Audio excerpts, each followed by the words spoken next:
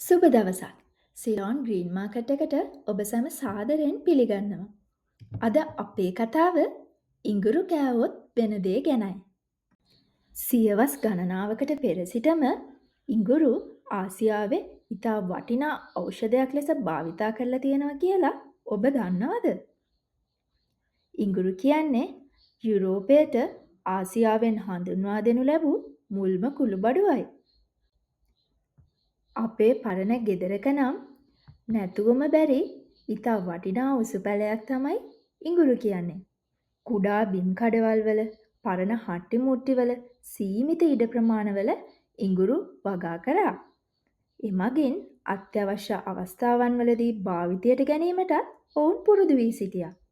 ඒ හින්දම උණ, සෙම්ප්‍රතිශ්‍යාව ඇතුළු විවිධ රෝගාබාධයන්හිදී ඖෂධයක් විදිහටත් ආහාර පිසින විට එහි ඇතිවෙන ආසාත්මිකතාවයන් සමනය සඳහා වූ අද්භේතක් විදිහටත් ඉඟුරු ඉතා සුලභව යොදාගත්තා.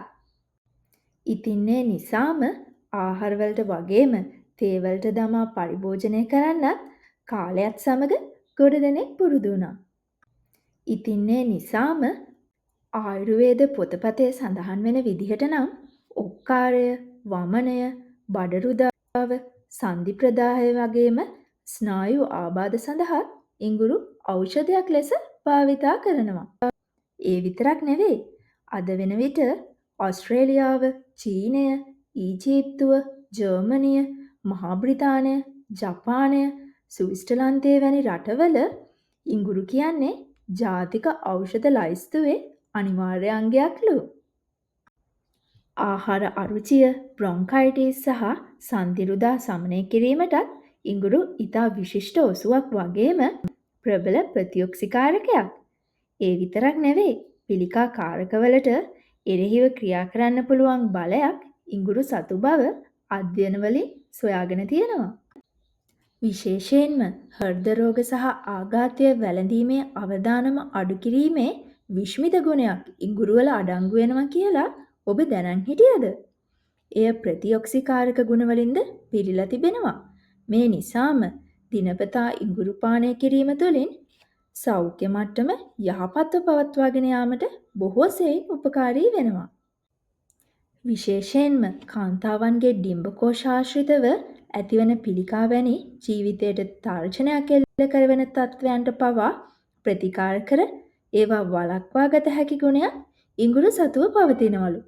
ඒ වගේම පිළිකා සෛල ඉවත් කර සෞඛ්‍ය සම්පන්න සෛල ලබා දෙන බවත් අධ්‍යයනවලින් හොයාගෙන තියෙනවා. ඒ විතරක් නෙවෙයි, ගොඩක් දෙනෙක් වද වෙන බර අඩු කර ගැනීමටත් මේ ඉඟුරු උපකාරී වෙනවා. ඉඟුරු ආහාරයට එක් කර ගැනීමෙන් මේදය දහනය කර ශාරීරික යහපැවැත්ම වැඩි දියුණු කර ගැනීමටත් උපකාර කරනවා. ඒ නිසාම ඉඟුරු නිතිපතා පරිභෝජනය කිරීමෙන් සිරුරේ බර අඩු කිරීමට හා එම ක්‍රියාවලිය ප්‍රවර්ධනය කිරීමට උපකාරී වෙනවා. ඉඟුරු සතුව පවතින අම්ල උදාසීන කිරීමේ හැකියාව නිසාම ඉඟුරු අම්ල පිත්තය නැති කිරීමටත් උදව් උපකාර වෙන බව පොතපතේ සඳහන් වෙනවා. ඉඟුරු කියන්නේ හොඳ විස බීජ නාශකයක්. ඉතින් ආසාදනවලට එරෙහිව ක්‍රියා කරන්න වගේම සෙම හිරවීම, හුස්ම ගැනීමේ අපහසුතාව මගහරවා ගන්නත් ඉඟුරු උපකාරී වෙනවා. ඉතින් මෙච්චර වටින ඉඟුරු සොබාදහමෙන් අපිට ලබා දී තියෙන ඉතා වටිනා දායාදයක් බව ඔබට දැන් පසක් වෙනවා ඇති. ඉතින් මේ ඉඟුරු පැලයක් ඔබේ නිවසේත් හරිම පහසුවෙන් හිටව ගන්න වගේම වැඩි සාත්තුවක් නැතුව හොඳ අස්වැන්නක් ගන්නත් හරිම පහසුයි.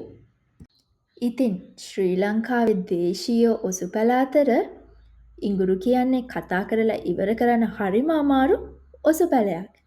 ඉතින් මෙච්චර වටින ඉඟුරු ගැන ඔබ දන්න දේවලුත් මේ වීඩියෝ එක යටින් කමෙන්ට් එකක් දැම්මොත් හැමෝටම පහසු වෙයි.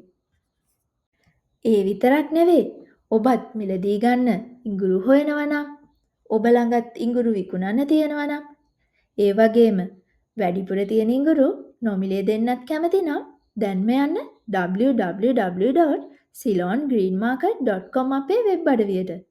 ගන්නයි, විකුණන්නයි, නොමිලේ බෙදන්නයි ඔක්කොම පුළුවන්. ඉතින් මේ වගේම තවත් හරි අපූරු පැලෑටියක් එක්ක හමුවන තෙක් ඔබ සැමට සුබ දවසක්.